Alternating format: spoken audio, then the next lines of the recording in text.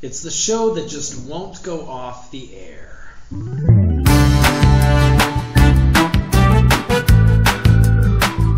That was actually 3 years ago. It's season 6 of this YouTube channel. What a way to start it off. Like my hat? All right. How is everyone? Happy 20th birthday to some of this paint. I'm not kidding. Some of these tubes are probably from when I was in college or maybe just thereafter. I don't use acrylic very often, but I'm glad to have it around for moments such as this. I'm going to use a limited palette here, given the restraints that some of you have, given that, or all of you have, given that we don't have yellow. This is an unbleached titanium hue, so it's not pure white, but that'll suffice. You're gonna just kind of use any acrylic brush that you can find. I think you're going to be limited to whatever we've got in the closet. I recommend using the palette knives for mixing, as always. In the supply closet, on the top shelf on the left, there is a box of styrofoam shapes. You're going to get that. You're going to choose a shape, just one of the styrofoam shapes, and you're going to use that as your subject. Since I don't have styrofoam shapes, I'm going to use this roll of paper towels, which is a cylinder. So there might be some cylinders, there might be some cones or prisms, there are definitely some spheres. I'm going to begin by mixing up a dark, using just my red and blue here. I'm using a heavy body paint, which basically means the paint is super thick, not as much fun to work with. So if you're just wondering why this is so tacky, that would be it. Water it down, get some of the paint off of my brush, and just do a quick ground. This is cardstock. If you go into the bottom, speed this along here. If you go into the bottom drawer in the supply room, if you go into that drawer, there is a label that says white sulfate paper or white construction paper, something like that. Just grab that. That is what you're going to use for your paper. I'm not going to ground the entire thing because I want to start this painting today. And I'm sure you want to as well. I kind of recommend actually that you just follow along and do this as opposed to watching it first and then doing it. It might be a more efficient use of our time. I'm not going to really edit this because not only am I not up for a big edit, I am also wanting to show you this in real time. So I've got my ground. Again, it's not to the edges because I don't want this thing to be dripping wet, and it's not either. And I'm just going to mix a light. Instead of cleaning my brush off, I've got some blue that was already on it, and I'm just mixing it into this white. I've got this nice, you probably can't see it, I've got this nice, sophisticated light color. All right, and from my angle, I'm looking down on these paper towels. I'm just going to sketch it out. Ideally, if you're doing scumbling and glazing properly, you would not scumble, which is what I'm doing now, which is when you have really dry, scratchy application. You wouldn't scumble until your lower layer of glaze was dry. So the watery application is glazing. The upper dry layer is scumbling. You've already watched the Captain America Steve Rogers painting from, I think, 2021. That's how old that demo was during the hybrid year.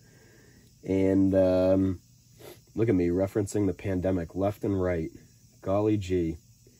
You hopefully can recall those techniques here.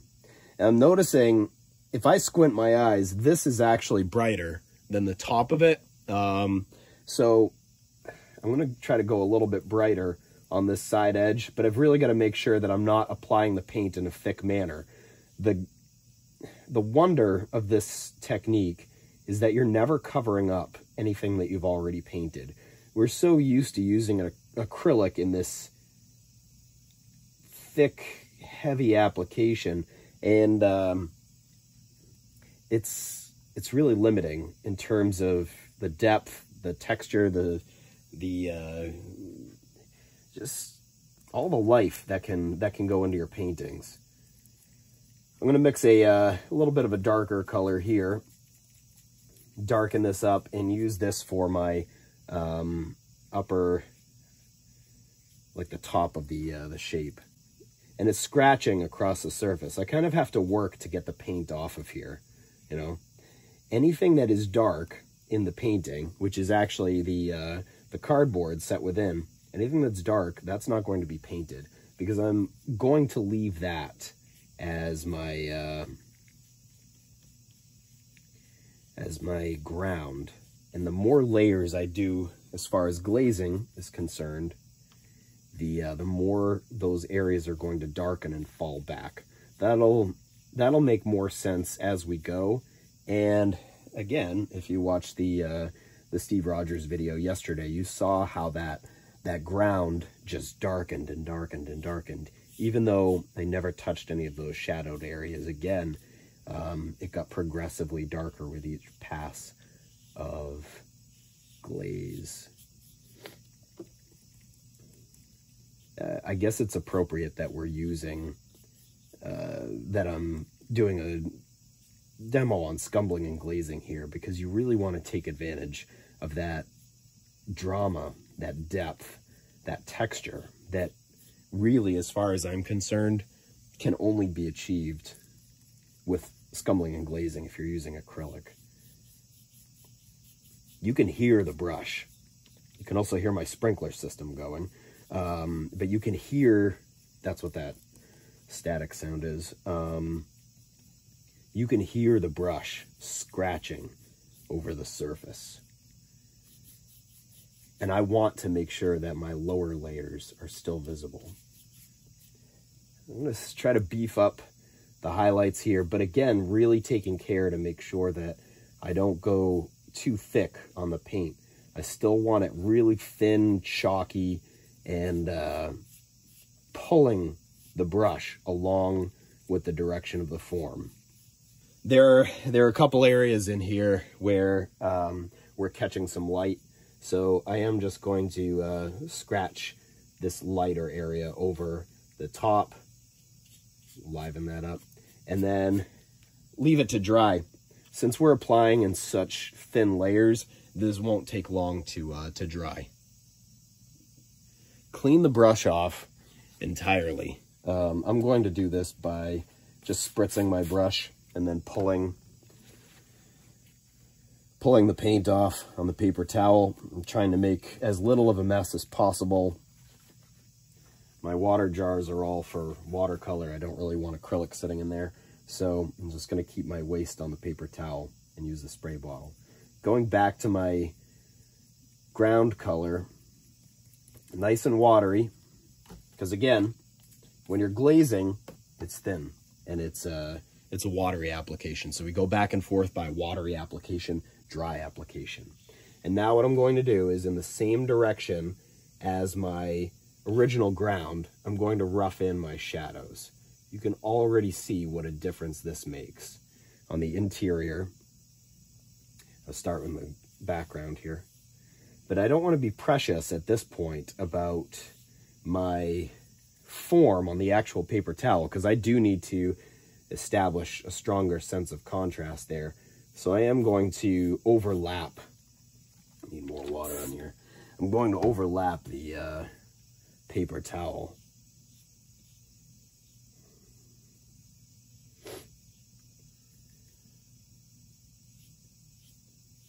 And you can see, I can still see my original scumbled layer. And this glaze is unifying whatever colors I put up top on the scumbling.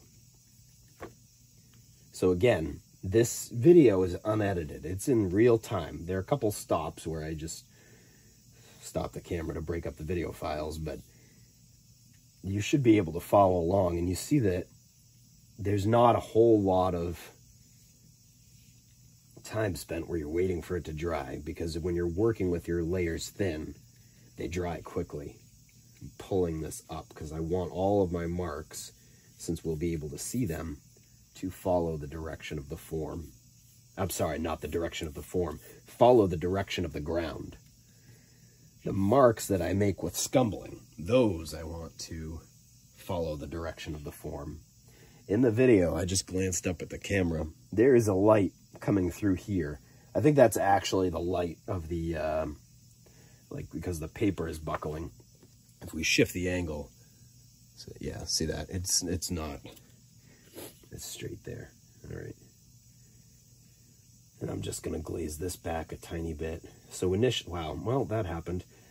Initially, you scumble a lot, then you glaze a lot, and on your next pass of scumbling, you scumble a little less, and then you glaze a little less, and you go back and forth. I'm going to return now to my light color. Again, you need to make sure that this dries at least enough, excuse me, so that your lower glaze layer does not reach into your upper scumbled layer. You want to keep these separated. In the interest of time here, let's keep it moving. Too much paint on the brush. You see how like thick and icy that is, like icy like frosting. I'm gonna pull that back. You really want it to scratch over the surface. Get that texture, get that integration between the glazing layer and the scumbled layer.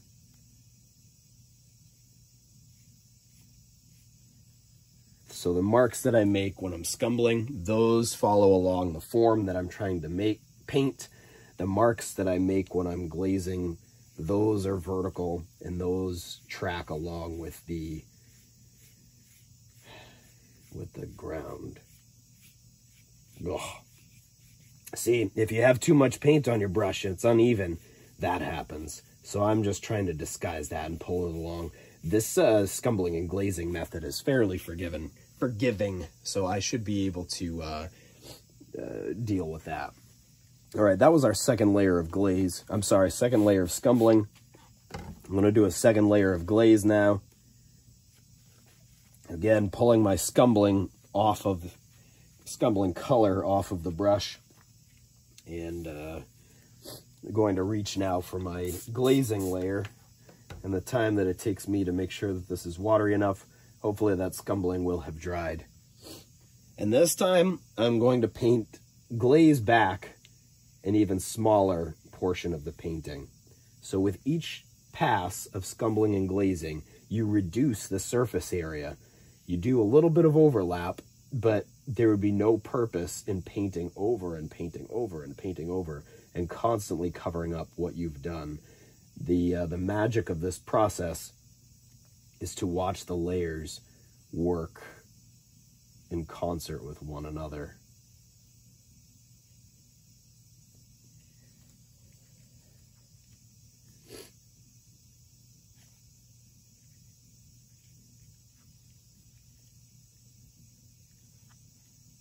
And you can see how this is an area that was not necessarily really bright before. On this upper portion of the paper towel, on my cylinder, it's now popping out pretty well. Lighting is all illusion. How do you get something to look really light? You surround it with darks. How do you get something to look really dark? You surround it with lights. So the two are codependent and harmonious. I can go on and on here. As far as the painting process, you scumble, you glaze. You scumble, you glaze. It's always back and forth. Your painting process at the end of each day, and certainly your painting when it reaches its final, that process ends with scumbling. So since I've just scumbled, there is much more that I could do to this, but it's a back and forth, back and forth. And at this point, I hope you get the idea. But the last thing you do is you scumble. And you could see how that turned out at just about 15 minutes. So please go back and forth, reducing the area that is addressed in scumbling and glazing. And hopefully you understand how this technique works, and you'll better be able to apply it to the human face for our final. Thanks so much for watching. If you have any questions, please feel free to ask me in person, or you can email me, and you can always refer back to this video as necessary. All right, see you tomorrow.